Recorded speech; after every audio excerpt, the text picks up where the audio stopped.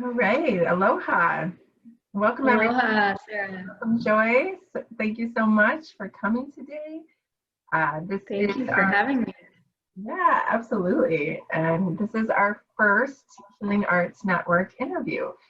So we're really excited and happy and honored to have you here with us. Thank you. Thank you. You're welcome. And just a brief intro. So we're starting an interview series that will be interviewing different healing arts experts in their fields and different practitioners, and just to learn more about just the wonderful and vast array of healing realm that many people may either be involved with for many years or just brand new to some of these different modalities that they've never heard of, or they may have heard it mentioned and they're not sure. So this is just going to be a series to explore that and to find out more from those that actually do the work, and find out more from them about how they found the work and all of that fun stuff. So so we'll just jump right into it. Joy, tell us a little bit about yourself and the work that you do. Well, hello, everyone. Thank you so much for having me. I'm so excited to be part of 808 Wellness. And at 808 Wellness, I am a medium and an Akashic Records reader. That's awesome. And we love having you as a part of our team. And actually for a long time, you've been a part of the Ohana, and we have done lots of healing arts fairs and all kinds of stuff. And Joy also does private readings for the Akashic readings and medium and psychic readings. So kind of a nice wide range of skill sets. But as we were just talking before the interview, they most likely intertwine and overlap. And so we're going to learn a little bit more about that today from you. So why don't we just get started with, do you have a healing story of your own that might have brought you to this healing work? Oh, totally. Thank you for asking. So I think like many sensitives, it's a journey to open up and to really hone in on your special gifts that you come onto this planet to bring. And like everyone, I have a story of my own, and I'm originally from New Jersey. And for a long time, you know, I knew that I had special abilities, but I didn't know how much they would become a spotlight in my life. Until many years later. So I think they started to come to fruition in my early 20s upon graduating college. And upon graduating college, you know, I was a lot like a lot of young people. I thought I needed a really consistent full-time job. And what I found was that I did not work in that outer realm that many sensitives with gifts feel.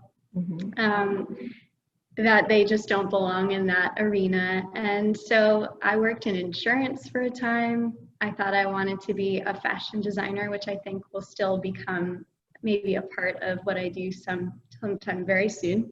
But yeah, it's sort of like I graduated college, I got fired from an insurance job that unfortunately didn't work out, and I wasn't very passionate about.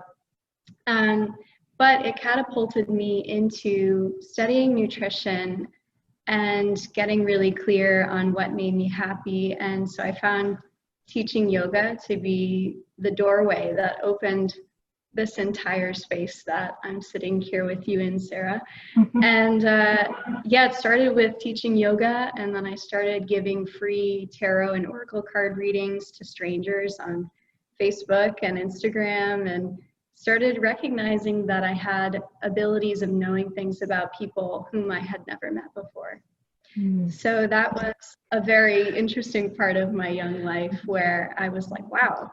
So all of those times when I was a kid, when I felt like I had something special about me, these were the moments that kind of brought these things into tangible life.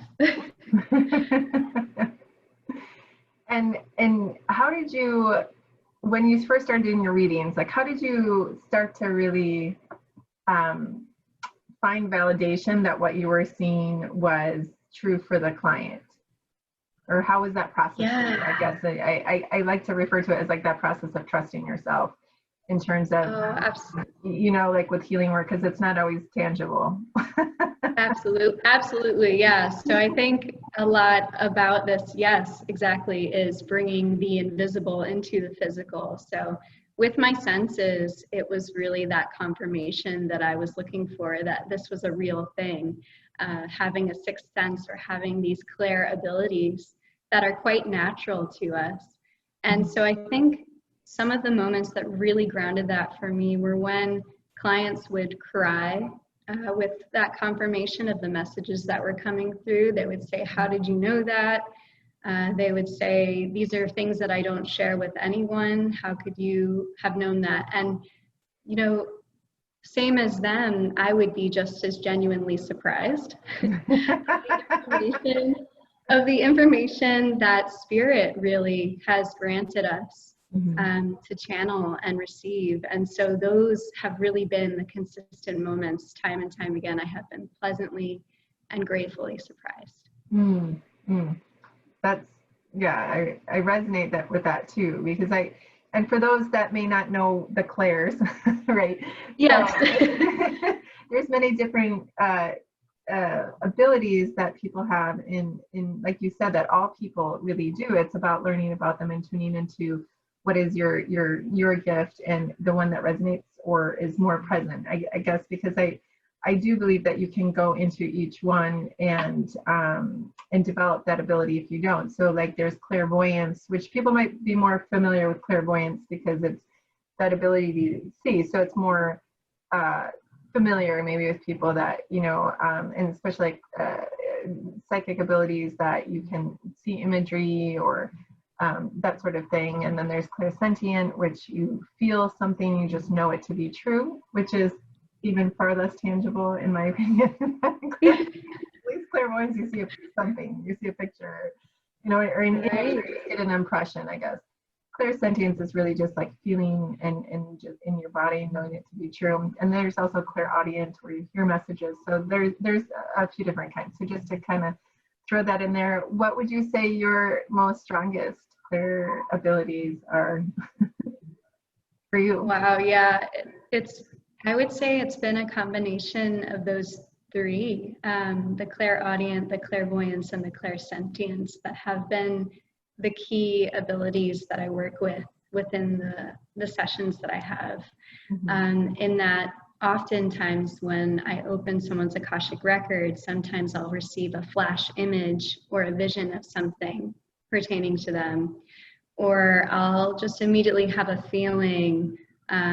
And sometimes even when I'm able to channel and communicate with spirits who have crossed over, we can hear them clairaudiently as well. So that also has been just so expansive for me as well.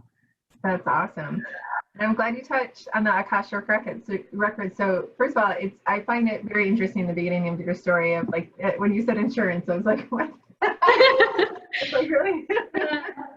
Yeah, you know, I had a family friend who kindly gave me this job and I was happy to take it. Yeah. So it was one of those things where I tried it out and I knew afterward it just simply wasn't for me. Right. And, you know, often that happens on someone's journey when maybe we're not where we're supposed to be, if we don't, I don't know how else to say, get the memo soon enough. And like the universe kind of takes for us. So, you know, getting fired from that, like it really, like, it sounds to me, what I'm hearing is that it sent you in that trajectory of really helping you step into what it is that you are here to do and really embracing your gifts and discovering that. So, so I believe this journey led you to Australia. Is that correct? Where you started learning more about the Akashic Records? Maybe you can share a little bit about that. Yeah, absolutely. So, kind of hand in hand with, you know, thinking that I needed to work in a full-time job, I gratefully was led to Australia. I made my way to Australia, following my intuition. You know, I had a lot of, my family and friends were kind of a little bit weary about me traveling. I know that it was because they care so much. And I knew in my heart that I needed to go to Australia. And so I was being guided there. And while I was there, I shared space with a wonderful man who was also very attuned with his own gifts. And so when he would give readings, I would sit with him and I was able to channel people's past lives as he was sitting in session with them. And so I knew I had these psychic gifts, but I didn't know that I had the ability to read past lives. And a lot of that is connected to the Akashic Records. So he turned to me one day and he was like, you know, you're an Akashic Reader. And I was like, what the heck are the Akashic Records? and so I did my research while I was there and started giving these readings and was seeing that this was a realm I really wanted to continue to explore. Awesome. And did you train with him then in doing that, or was there something else, or was it just based on your intuition guiding you from there? Yeah, I would say I was curious to find training, but at the time there weren't many people that I knew that were doing Akashic Records work. And now that I'm a little bit further along in my journey, I do happen to know one or two different practitioners around the globe. One other who is also on Maui, and one who is also in California. But yeah, it's like I kind of just went with my intuition and did my research and really just honed in on how I wish to channel the Akashic Records. Nice. And you know what's funny? I just realized we didn't actually explain. Let's have you explain what are the Akashic Records for someone who may not know. Great question. Yeah, that's a great question. This really is a pretty big question mark for many, and I don't blame them for being like, this is an unusual and new concept. So according to my own interpretation, I think that the Akashic Records is like an etheric library.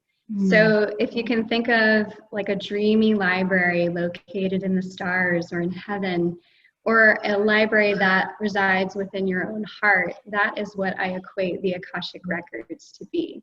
So it's like a place where we can channel information that exists in the present moment. And according to the Akashic Records, all time exists in the now. So this may be a concept that we've heard of before. People have said, be here now, be in the present moment. And so when we think of this concept, we can channel the past and the future because it's all right here. I love that. I was in college taking an American Indian philosophy class, and I remember when we first touched on their concept of time and how it's just a circle, and then there's no beginning, middle, and end. It's just all happening at once, and that really hit me like as truth, you know, that it makes sense to me. And in our linear society, we have become ruled by the clock, you know, and instead of the circadian rhythm and living naturally by nature's cycle. So it is, I like how you describe that. And, you know, it's what helped me actually really random that to understand the Akashic Records as just checking here on our connection. Okay, we're all good. Yeah, we're back. So I was watching a movie with my kids who are 5 and 8, and I wish I could remember for the sake of this example what the name of the movie is, but I can't. It's the last year or two it came out. But it was a little kids movie where a cartoon where this little girl's dad believed that there were fairies in the forest, and everyone thought he was crazy.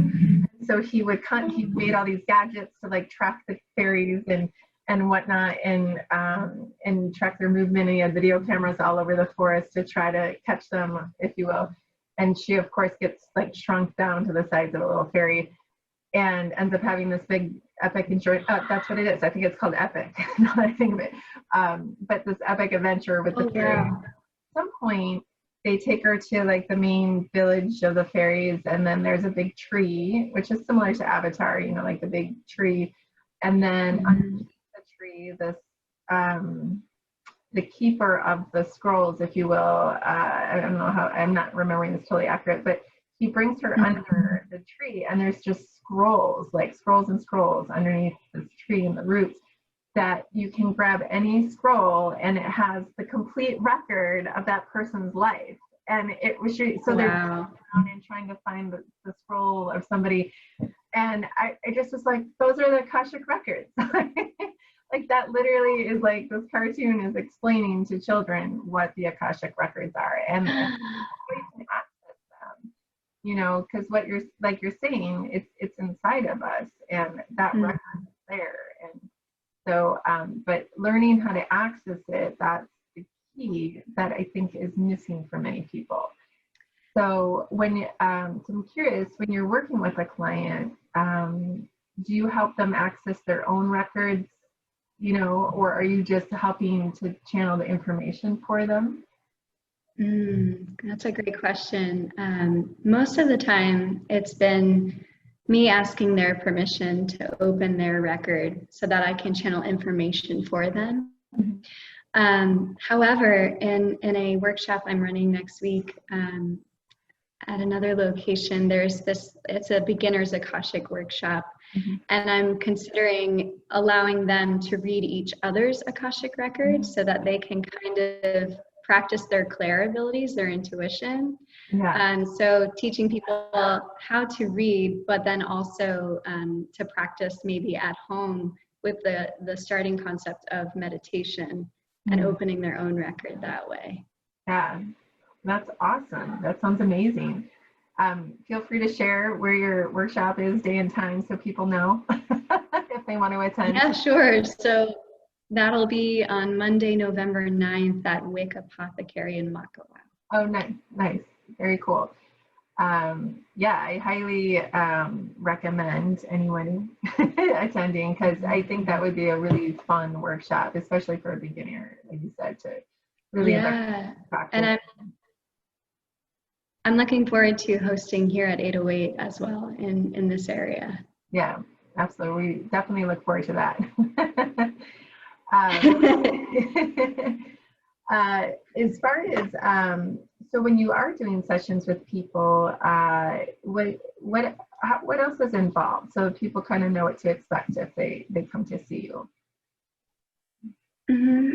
Well, I like to equate reading the Akashic Records to a psychic reading. So I think people are a little bit more open to going to see a psychic intuitive or an energy healer versus receiving an Akashic Records reading, because it's something that is so unfamiliar to most people. For our audience, I would just like them to know that they can feel comfortable just showing up as they are, coming with questions if they have them, but also knowing that they can show up without having any questions at all. And we can just channel from their personal Akashic record. So they can expect information from their past lives, what's going on in their present life, as well as any future potential timelines. So I assist them with all of that, plus any information from their guides, guardians, higher self, and ancestors that wish to communicate with them. Yeah, and you know, I think too, it's good to mention that when you dive into that record, you remember those past lives and how they're affecting your present. And like you said, how you can get to the future. And the funny thing is, I met with somebody the other day who had a reading with you a while back. And really? Like, oh, I was like, that's our Joy, that because she said she reading. I was like, was it with Joy Love? And it was so cool. And so she shared that, and I won't say her name, but she shared that you had seen a past life for her that resulted, she was in a position of no power as a woman in a marriage, and that in the end the husband had, I think he had like killed her by somehow like slitting her throat or something like that. And so, but what she was saying, what she was connecting was that in this life, she has a very difficult time, like speaking her truth and, you know, standing in her power. And then she said it made so much sense when you shared that past life with her, because she thought, well, she's like, nothing's ever happened in this life to have that be a thing for me. She's like, I just was born like that, but nothing ever happened in this life. And then she's like, oh, because it was from a different life. And then she said she's had since your reading processing, like how, you know, it's safe to speak her truth. It's safe to have self-expression. She wasn't in those, it was a long time ago in history. So, you know, she said it's different for women at least here in our country now, to be able to be vocal. And so she's like, I really feel like I started claiming my voice after that reading with you. So. Oh, wow. And also to the Wow. like how powerful how these readings can help shift patterns and ways of being that may not serve somebody anymore. And yeah, so wow, thank you for sharing that. yeah, That's beautiful. it was a great coincidence that Yeah. just happened right before we were going to be doing your interview. Wow. Yeah, it's just so magical, you know, the information, how the past lives can correlate so strongly and give people these affirmations and these remembrances to recall, you know, the information that makes up so much of maybe their energy or their soul's blueprint. Yeah. How would you say that your healing modalities have helped you in your life? I mean, obviously it took you in a different direction than where you came from, but where you are at now, how are you either utilizing them for yourself or continuing to learn about your own direction from the guidance that you received?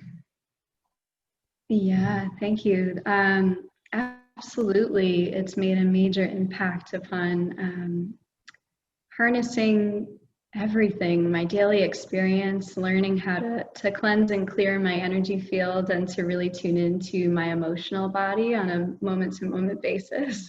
It's really, I think, awakened the spirit in me even more so. I think I came into this world with a lot of spirit, but it just really kind of dropped me into my body and has allowed me to just trust in life so much. Oh, that's awesome. What would you, this is totally a different kind of question, but what would you say to the skeptic who doesn't know if they believe in all of this? Yeah, that's a really great question. You know, I actually get a lot of people who have never had a psychic or intuitive reading before. I don't know if you have received that a lot, Sarah, for yourself, but I have found, especially lately, I've been getting a lot of first timers. And what's so beautiful about the clients who show up skeptical is that it's really not about psychic intuitives proving something to this person or this client. It's more about just gently allowing whatever information wants to come through. And what I have found is whenever I do sit with people who are skeptical, I'm very, very nurturing and allowing of whatever process or place people want to show up in or as. And so I can recall there was this one time I had a client who was skeptical, and the incredible thing was someone who had passed away had shown up in that reading, and they came in so strongly that it brought this person to tears. And it blew him away as much as it blew me away. And time again, spirit surprises me and surprises the people who come and receive a reading. So not to say that everyone has always been blown away, but there have been many, many experiences where it's just been very magical. That's really beautiful. Do you find that it's kind of when people start to get some resonance with what's happening, that as they open up, you get more information? Like, yeah, totally. I think, you know, being that we're sensitive beings and we're very empathic of people and their emotions, I think the more that people open up, of course, the more that we as readers are able to feel more relaxed to be able to channel the information more clearly. I have found, if someone is in resistance to receiving information, I also kind of mirror it in a way where I'm just holding space for that energy. Yeah, that's really great. And I'm sure that they really feel that too with you, because I can feel that with you. Like you have such good energy, and it's just like I'm sure just being with you kind of puts people at ease too, and creating that safety in that space is so important. Thank you. So curious, like for people that may be just developing their intuitive abilities, do you have any suggestions or guidance for them if they're just embarking on this journey? Yeah, those are great questions. I think the number one thing really, and it's quite simple, is to trust yourself. Trusting that the information that we are receiving, especially if they're strong feelings or visions, consider them as, as truth. What comes to you is true. And it's really about allowing and learning to surrender, allowing your ego or allowing yourself to gently relax and not attempt to rush the process, as I know many clients and people out there are probably feeling the eagerness in their awakening process and wanting to get to a certain place. And I was one of those people, and I still am, just so eager, and as much of a student as I am a teacher of the Akashic Records and the psychic realm. Yeah. That's such a good way to put it. And I feel like too, when you start teaching, you realize what a student you are. Yeah. It's like we're all, right, we're all in this boat. We're all on this boat together. We're all on this planet together. Yes. And I shared this the other day at a gathering, but in my shamanic background, one thing that really resonated with me is they talk about it as a horizontal hierarchy. And so they're like, it's not vertical. So we're all sitting in the circle, and we're not, there's no one above or below. And I really connected with that because I thought that makes so much sense, because there's so much ego in people that have authority or powerful roles, right? And those aren't, it's not an authentic expression of power. It's someone might be full of power, but they're not powerful necessarily. And so to me, when we can sit in that circle together and really understand that some people may be further along on their path in some regards, but in other regards are not. And we're just all here to help each other along the next place of growth and learning and all of that, which collectively we're all in a very large place of learning right now. So it's been, I'm feeling the need for what you and other healers are offering. It's such an important time right now, because as we heal our own selves, then that can reflect out to our communities and on a much larger collective level. So where do you kind of see your work going? Like, you have any, 5 to 10 year goals?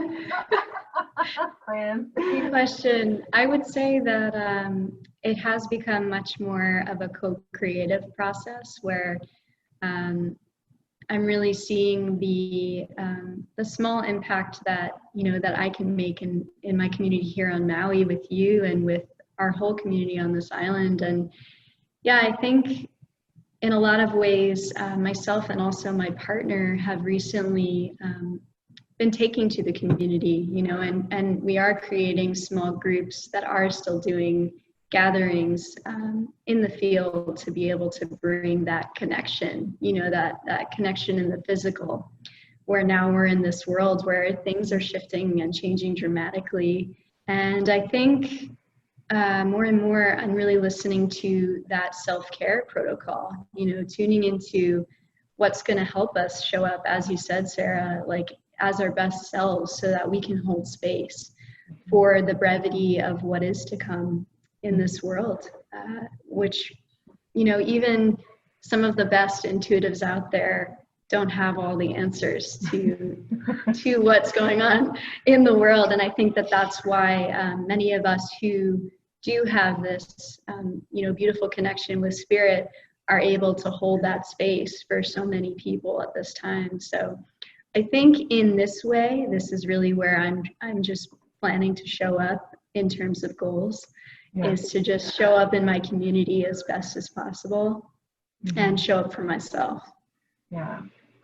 That is really beautiful. I love that answer because it's so true. And we really, right now in consciousness, it's like we have no map. And so many people are struggling with like, where do I go when there's no map? We've never been here before. And there's actually something that they're deeming COVID brain at this point, because when you have trauma in your life, your brain goes back to when you encounter something similar again, it can go back to like, oh, well, when that happened before, then this happened and I reacted this way or that, or this was helpful, this wasn't. So you have a point of reference to know what to do the next time. And so right now, because we haven't had a global pandemic, or a pandemic in our country since 1918, most people weren't alive then. So there's no point of reference for anybody's brain right now to be like, this is what you do during the pandemic. So it's kind of like spiraling because we don't know. And they said there's actual symptoms like loss of memory and anxiety and depression increasing, all those things that obviously we're seeing on a daily level and probably within our communities. And so I just thought that was interesting that there's actually like this neurological scientific explanation for this sense of like not knowing what direction we're going. And that is why I feel at this point in time, things that of which like you're offering to really help people come back to themselves and come back to our heart space and our center, and remember that like that continual recalibration, if you will be what gets us through this time and really starts to help us see, to really create a new map. Like, so ones are, let's just throw them away and like, let's really start this new journey together with a clean slate. And so I see people as yourself as those guys that will help us get through this to that new terrain, if you will, and really beginning to approach this new stage of consciousness, with Yeah, that was so beautifully said, Sarah. I love the map correlation. And yeah, I think you're 100% right. And thank you for calling me in here with you at 808 Wellness, because it feels like such an opportunity. I've kind of always felt like, I think you might feel this too, like you've always felt this calling of being of service in the world. And many of us, especially right now, we don't have the guidebook. So we're going with that moment to moment intuition that is propelling us, in the directions that we're all meant to serve. Yeah, absolutely. And I have to thank you for following your call. Thank you. For inspired you, set you on that path, because sometimes I think those things happen to make it happen faster, because maybe you would have gotten there a few years later, but you are very young and you have a lot to offer, and you have a very long time in your life to be able to bring this forward. And that's just such a blessing. So again, thank you for answering that call and bringing your work forward. And for anyone that might be interested, Joy does do private readings and classes. And so you can find her here at 808 Wellness. You can find more information too about her on our website. And I'm just going to look over here for the link so I make sure I say it right. But it's 808wellness.com/featured-practitioners. So that's where you can go to find out more about Joy and the other members of the Healing Arts Network that we've launched this season. And really for years, Joy has been, like I said, a part of us for a couple of years now. And this is just a new framework that we have that we're really coming together more as a community as healers to start to really educate the general public about what it is that we do. And then also to help those that are feeling called to this path to help a little bit with some guidance and direction. And so if you have any questions as well, you can, there's links to Joy's social media and whatnot, so you can connect with her if you'd like to do that. So I just thank you so much for your time today. And I look forward to seeing more of what you're going to bring forward. So thank you. Thank you so much, Sarah. This was so beautiful. Thank you. Thank you. Wonderful. All right, aloha. You too. And thank everyone. Aloha. Aloha.